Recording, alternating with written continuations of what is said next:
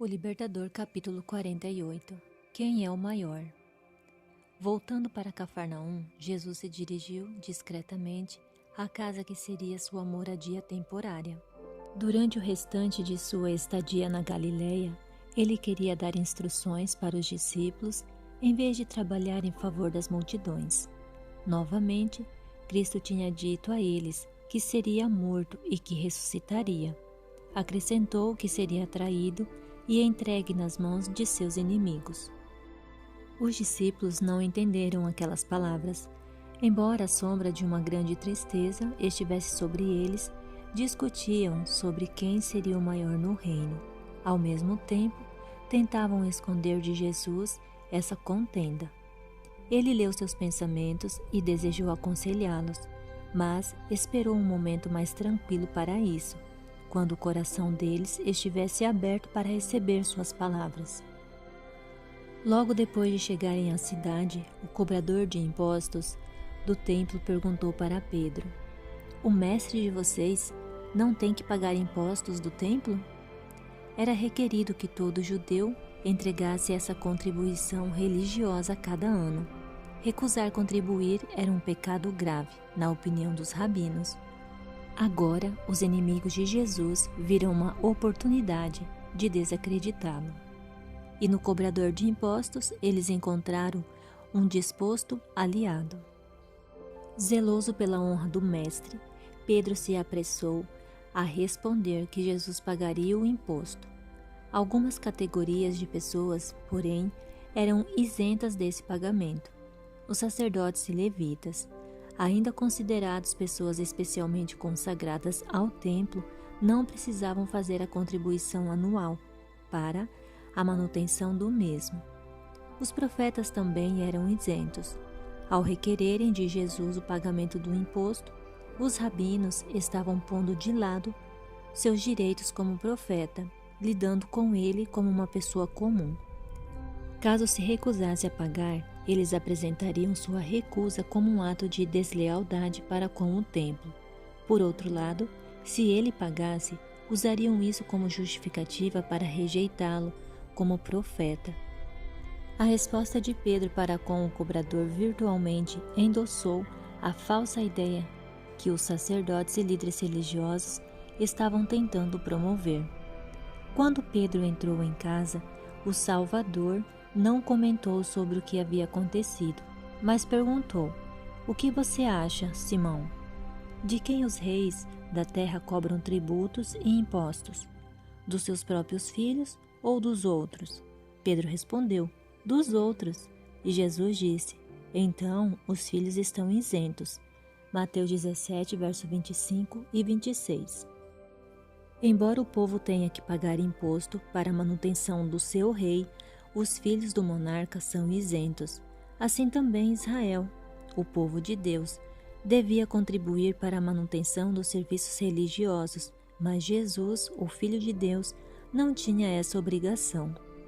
Se Jesus tivesse pagado o imposto sem protestar, teria, na verdade, reconhecido a justiça da reclamação, o que seria equivalente a negar sua divindade. No entanto, ele negou a pretensão sobre a qual a exigência estava fundamentada. Ao providenciar o pagamento, ele evidenciou seu caráter divino e, por essa razão, não tinha a mesma obrigação de um simples súdito do rei. "Vá ao mar e jogue o anzol", disse ele a Pedro. "Tire o primeiro peixe que você pegar. Abra-lhe a boca e você encontrará uma moeda de 4 dracmas. Pegue-a e a entregue a eles, para pagar o meu imposto e o seu." Verso 27. Embora Jesus tivesse deixado bem claro que não tinha obrigação de pagar o imposto, ele não entrou em discussão sobre o assunto. Para não ofender retendo o imposto, fez aquilo que não se podia exigir que fizesse. Essa lição foi de grande valor para os discípulos. Eles não deviam se colocar desnecessariamente em oposição à ordem vigente. Os cristãos não devem sacrificar sequer um princípio da verdade, mas devem evitar controvérsias sempre que possível. Enquanto Pedro estava fora, Jesus chamou os demais discípulos e perguntou: o que vocês estavam discutindo no caminho. Por sentirem vergonha e remorso, ficaram calados. Jesus havia dito que morreria por eles, e a ambição egoísta deles mostrava um doloroso contraste com o amor altruísta do Salvador. Embora ele tivesse falado tão claramente sobre o que o esperava, a menção de que em breve iria para Jerusalém reacendeu neles a esperança de que Cristo estava para estabelecer seu reino. E foi isso que provocou a discussão sobre quem ocuparia as posições mais elevadas. Finalmente, um deles teve coragem de perguntar para Jesus: quem é o maior no reino dos céus? O Salvador disse para eles: se alguém quiser ser o primeiro, será o último, e servo de todos. Marcos 9:35. Eles não entendiam a natureza do reino de Cristo, e parecia que essa era a causa do conflito entre eles. A causa verdadeira, porém, era algo mais profundo que isso. Mesmo depois de terem recebido pleno conhecimento, qualquer questão de posição hierárquica poderia começar o problema de novo. Isso traria problemas seríssimos para a igreja depois da partida de Cristo. A luta pela posição mais alta era a atuação do mesmo espírito que havia começado a grande controvérsia nos mundos acima e trazido Cristo do céu para morrer. Apresentou-se diante dele uma visão de Lúcifer, que tinha dito: serei como o Altíssimo, Isaías 14, verso 14. Esse desejo de se exaltar havia trazido contenda dentro dos recintos celestiais. Lúcifer queria o poder de Deus, mas não o seu caráter. Estava em busca da posição mais alta, e cada ser movido por seu espírito fará o mesmo. O reino de Satanás é um reino de força. Cada um considera o outro como obstáculo no caminho do próprio progresso ou uma pedra de tropeço sobre a qual é preciso subir para alcançar um lugar mais alto. Embora Lúcifer quisesse ser igual a Deus, Cristo esvaziou-se a si mesmo, vindo a ser servo, tornando-se semelhante aos homens. E sendo encontrado de forma humana, humilhou-se a si mesmo e foi obediente até a morte, e morte de cruz. Filipenses 2, versos 7 e 8. Agora a cruz se encontrava diante dele, e os seus próprios discípulos estavam tão cheios de vaidade que não conseguiam ter simpatia com o Senhor, ou sequer entendê-lo, quando ele lhes falou sobre sua humilhação. Jesus tentou corrigir o mal, mostrou qual é o princípio que prevalece no reino do céu, o que é preciso para se alcançar a verdadeira grandeza.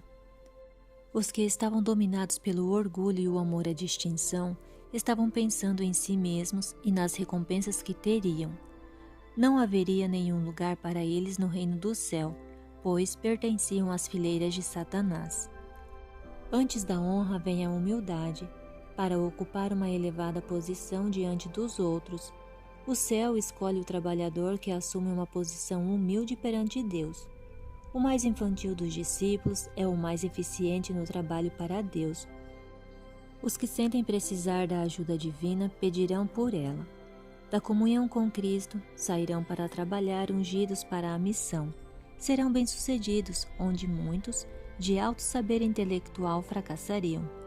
Quando as pessoas se exaltam, achando que são necessárias para que o plano de Deus seja bem-sucedido, o Senhor faz com que elas sejam afastadas. E em vez de parar, o trabalho vai em frente com poder ainda maior. Não bastava que os discípulos de Jesus fossem instruídos sobre a natureza do seu reino. O que eles precisavam era de uma mudança de coração. Chamando uma criancinha para vir até onde ele estava, Jesus a colocou no meio deles. Com ternura, a envolveu em seus braços e disse: Eu lhes asseguro que, a não ser que vocês se convertam e se tornem como crianças, jamais entrarão no reino dos céus. Mateus 18, verso 3. A simplicidade, o esquecimento de si mesma e o amor confiante de uma criancinha, as características da verdadeira grandeza, são os atributos que o céu valoriza. Aos pés de Jesus, a dignidade e a ostentação terrestres são esquecidas. O rico e o pobre, o culto e o iletrado, Todos são vistos como indivíduos igualmente comprados pelo sangue, sem que se considere classes sociais ou superioridade mundana. Deus coloca em nós sua marca de propriedade, não por posição hierárquica, riqueza ou grande capacidade intelectual, mas por nossa unidade com Cristo. Também me deste o escudo da tua salvação, disse Davi. A tua clemência, como um elemento do caráter humano, me engrandeceu. Salmo 18, verso 35. As palavras do Salvador despertaram nos discípulos um sentimento de desconfiança em si mesmos. João começou a questionar se suas ações, em um determinado caso, tinham sido corretas. Mestre, vimos um homem expulsando demônios em teu nome e procuramos impedi-lo, porque ele não era um dos nossos. Marcos 9, verso 38. Tiago e João achavam que, ao reprimirem aquele homem, estavam defendendo a honra do Senhor. Mas agora viam que estavam preocupados com a própria honra. Eles reconheceram um erro e aceitaram a reprovação de Jesus. Não o impeçam. Ninguém que faça um milagre em meu nome pode falar mal de mim logo em seguida. Verso 39. Muitos haviam ficado profundamente comovidos pelo caráter e obra de Cristo. Pela fé, essas pessoas estavam abrindo o coração a Ele. Os discípulos deviam cuidar para que elas não desanimassem. Deviam demonstrar a mesma abrangente simpatia do Mestre. Cristo é o grande professor. Devemos nos sentar aos seus pés e aprender com Ele. Todo indivíduo a quem Deus deu disposição é um canal por meio do qual Cristo revelará o seu amor perdoador. Quão cuidadosos devemos ser para não desanimar esses portadores da luz de Deus e, com isso, interceptar os raios que Ele quer que brilhem no mundo. Ações como a de João de proibir alguém de fazer milagres em nome de Cristo podem ter como resultado a perdição dessa pessoa. Jesus disse que era melhor que quem assim fizesse fosse lançado no mar com uma grande pedra amarrada no pescoço. Verso 42. Por que essa linguagem é tão forte? Porque o Filho do Homem veio buscar e salvar o que estava perdido. Lucas 19, verso 10. Deveriam os discípulos de Jesus mostrar menor consideração pela salvação de outros do que a majestade do céu tem mostrado? Terrível é o pecado de causar o afastamento de uma pessoa de Cristo, de maneira que, para ela, o amor e a agonia do Salvador tenham sido em vão. Ai do mundo, por causa das coisas que fazem tropeçar. É inevitável que tais coisas aconteçam. Mateus 18, verso 7. O mundo certamente vai se opor aos seguidores de Cristo, mas ai daqueles que levam o nome de Cristo e agem desta maneira. Muitos são enganados e levados por caminhos falsos por esses que dizem servi-lo, mas representam mal o seu caráter. Extirpar o pecado. Um pecado acariciado é suficiente para degradar o caráter e desencaminhar outros. Se para salvar o corpo da morte nos dispomos a amputar um pé, uma mão ou a extrair um olho, muito mais prontos devemos estar para arrancar o pecado que traz morte à alma. No serviço ritual, colocava-se sal em todo o sacrifício que era oferecido. Tal como a oferta do incenso, isso significava que somente a justiça de Cristo podia tornar o serviço aceitável a Deus. Jesus se referia a isso ao dizer: tenham sal em vocês mesmos e vivam em paz, paz uns com os outros. Marcos 9, verso 50. Todos precisam receber o sal que salva, que é a justiça do nosso Salvador. Assim se tornam o sal da terra, restringindo o mal entre aqueles com quem se relacionam, da mesma forma como o sal evita a decomposição. Mateus 5, verso 13. Mas, se o sal perder o seu sabor, a vida não pode exercer influência salvadora sobre o mundo. Jesus diz: vocês devem ser participantes da minha graça, a fim de serem um perfume muito agradável que dá a vida.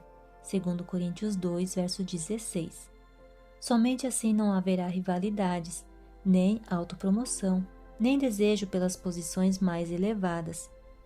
Quando vemos Jesus, Homem de tristeza, acostumado com o sofrimento, trabalhando para salvar o perdido, sendo desprezado e zombado, indo de cidade em cidade, até cumprir sua missão.